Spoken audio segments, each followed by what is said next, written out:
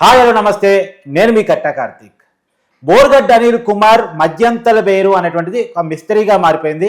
ఆయన ఎక్కడున్నాడు అనేటువంటిది పోలీసులకు కూడా చిక్కటం లేదు, ఫోన్ స్విచ్ ఆఫ్ వస్తూ ఉంది. అయితే మధ్యంతర బెయిల్లో విడుదలైనటువంటి నిందితుడికి ఎలాంటి కండిషన్స్ ఉంటాయి, అతను కనపడకుండా పోతే లేదు తప్పుడు రికార్డులు పెట్టి మధ్యంతర బెయిల్ పొందితే అతనికి ఎలాంటి పనిష్మెంట్ ఉండే అవకాశం ఉంది, దీని మీద మరో కేసు నమోదయ్యే అవకాశం ఉంటుందా ఉండదా అనే విషయాలు తెలుసుకునే ప్రయత్నం చేద్దాం. మనతో ఉన్నారు ప్రముఖ సుప్రీంకోర్టు అడ్వకేట్ ఆజాద్ గారు. సార్ నమస్కారం. నమస్తే అండి. సార్, బోర్గడ్డ అనిల్ కుమార్ గురించి గత 2 రోజులుగా మీరు వార్తలు చూస్తున్నాను.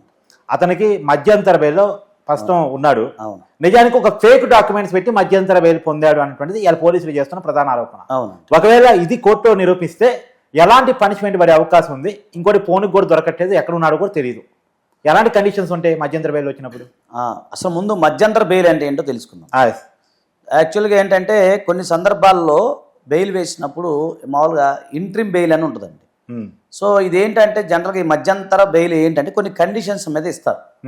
అంటే ఇది కొద్ది రోజుల వరకే పరిమితం ఉంటుంది, ఇది పర్మనెంట్ బెయిల్ కాదు.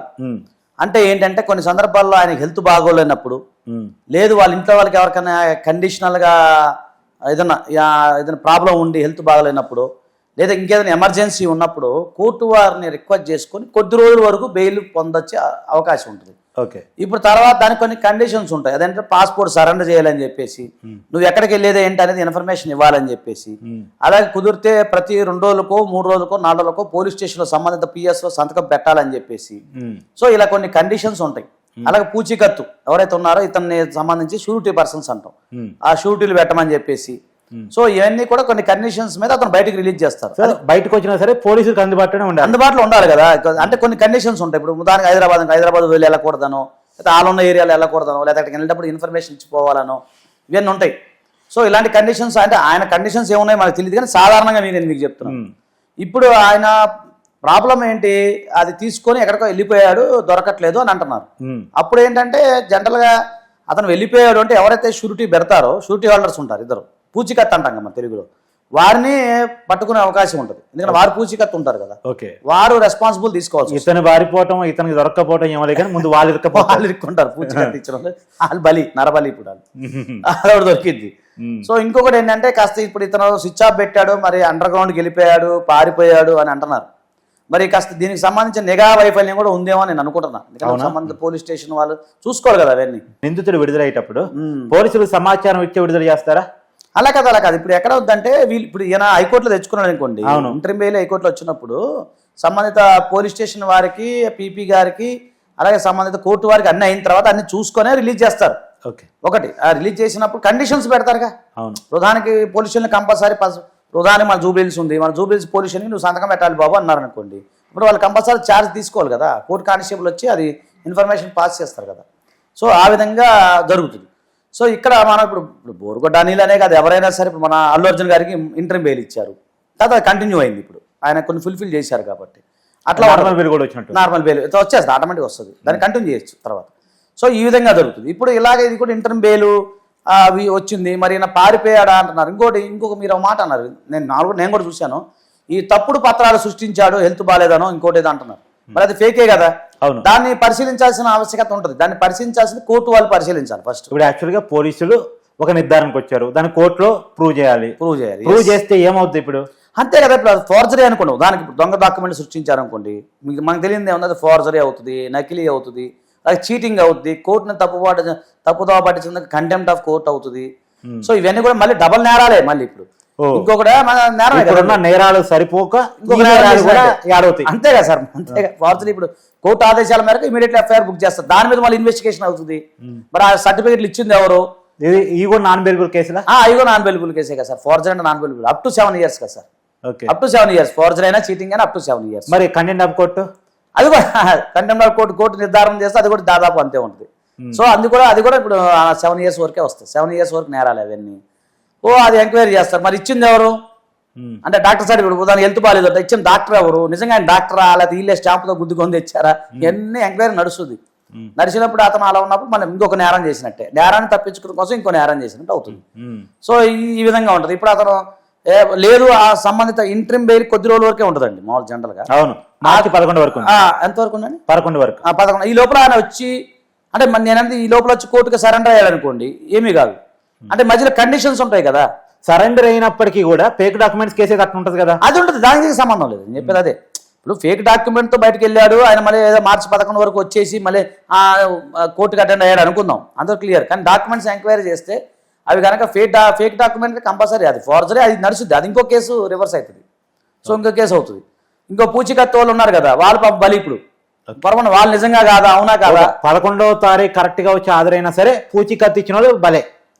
పూచికత్తు ఇప్పుడు వాళ్ళని ఇబ్బంది పెడతారు. పూచికత్తు వాళ్ళని అడుగుతారు, మీరు ఎక్కడ ఉన్నాడు నువ్వే కదా రెస్పాన్సిబిలిటీ అని అడుగుతారు. 11 దాకా చూస్తారు, ఆ లోపల అతను రాకపోతే ఇతన్ని వీరి మీద యాక్షన్ తీసుకుంటారు, వీళ్ళ దగ్గర రెస్పాన్సిబిలిటీ. కాబట్టి వాళ్ళు 11 వరకు రిలాక్సేషన్ ఉంటుంది. ఇప్పుడు అడుగుతారు మామూలు పోలీసు వాళ్ళు ఎక్కడికి వెళ్ళారా ఏంటని అడుగుతారు కదా. లేదు వాళ్ళు రాకపోతే వీళ్ళు రెస్పాన్సిబిలిటీ కంపల్సరీ వీళ్ళే తీసుకొని రావాలి. అతను ఎక్కడున్నా వీళ్ళు ఎత్తుకొని తీసుకొచ్చి అని చేయాలి, అది వీళ్ళకి ఇబ్బంది అవుతుంది. ఇది సంగతి. సో ఈ విధంగా ఉండదండి. అంతే ఒకటి మీరు అంటారు ఫేక్ డాక్యుమెంట్ సృష్టించి కోర్టును తప్పుదావ పట్టిస్తుంది నేరమే కదా, దానికి ఫోర్జర్ అవుతుంది, చీటింగ్ అవుతుంది, అది ఏమేమి ఉంటాయి అన్ని చూసి వ్యవస్థిత నేరాలు. అంటే ఎందుకు సార్ ఒక్కసారి అరెస్ట్ అయిన తర్వాత కూడా చట్టం పట్ల భయం రాకపోవటం, గౌరవం రాకపోవటం, దీన్ని ఎలా చూడాల్సిన పరిస్థితి కనపడతా ఉంది?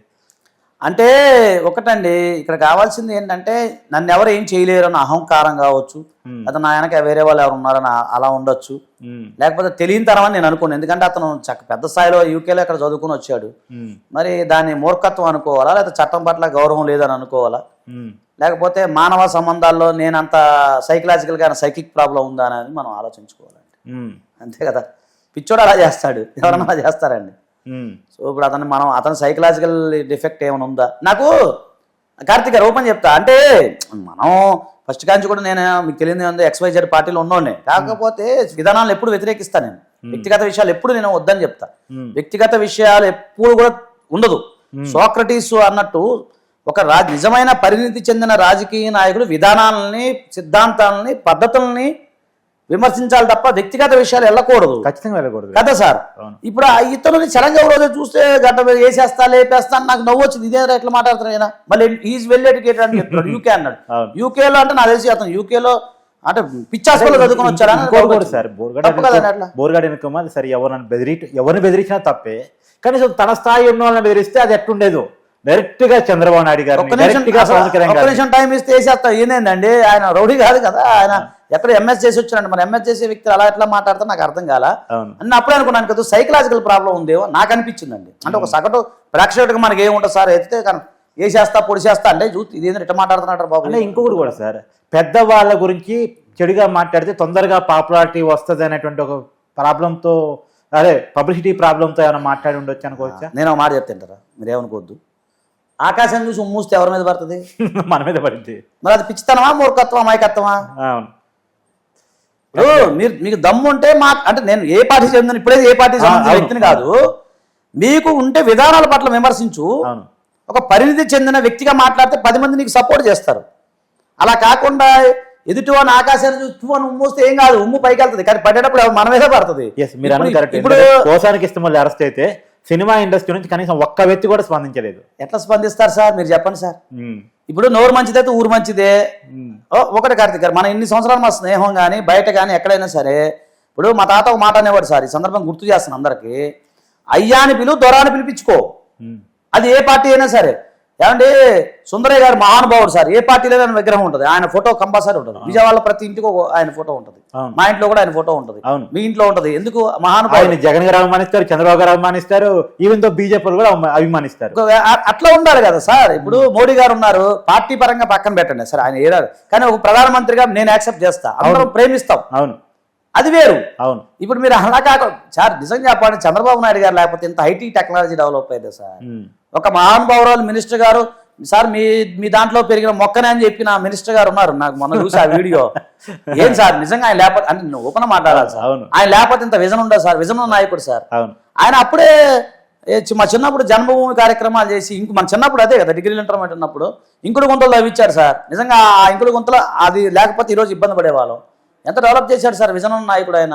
అంటే ఆయన కాదు, నేనంది ముఖ్యమంత్రిగా ఆయన కరెక్ట్గా ఉన్నారు. అలాంటి వ్యక్తి నువ్వు చూసి ఆకాశం చూసి ఉమ్మూస్తే ఏమవుతుంది, మన మీద పడుతుంది. ఇప్పుడు జరిగింది అదే కదా నేను అంటున్నా. ఇంకో విషయం కూడా సార్, ఇప్పుడు ఒకవేళ బయట విదేశాలకు పారిపోవడానికి అవకాశం ఉండదు, మోస్ట్లీ పాస్పోర్ట్ ఇచ్చే ఉంటాడు కోర్టుకి. ఉండదు సార్, అవకాశం ఉండదు. బయట విదేశాలకు వెళ్ళే అవకాశాలు ఏమి ఉండవు, అంత సీన్ లేదు. ఎందుకంటే LOC ఇష్యూ వద్ది, అతను అన్నీ ఉంటాయి. బయటికి వెళ్ళేది అవకాశం ఉంటుంది, కానీ అతను ఎక్కడో మరి దాక్కున్నాడో మరి ఏమంటో చూడాలి, పోలీసులు ఇన్వెస్టిగేషన్ చేయాలి. ఏదేమన్నప్పటికీ ఒకటి సార్, చట్టాన్ని గౌరవించాలి, చట్టపరంగా మీరు ఎంత దూరమైనా పోరాడండి. Accused innocent until proved guilty. ఒక వ్యక్తి నేరస్తుడు అన్న మాత్రం అతను నేరం చేసినట్టు కాదు. చట్టాన్ని గౌరవిస్తూ మీరు ముందుకెళ్తే బాగుంటుంది ప్రజాస్వామ్యంలో మీరు ఉన్నప్పుడు. అలా కాకుండా ఇలాగ పిచ్చితనంగా ఉంటుంది. నేను అనుకున్నది అది, అట్లా అనుకుంటున్నాను. థ్యాంక్స్. నమస్తే.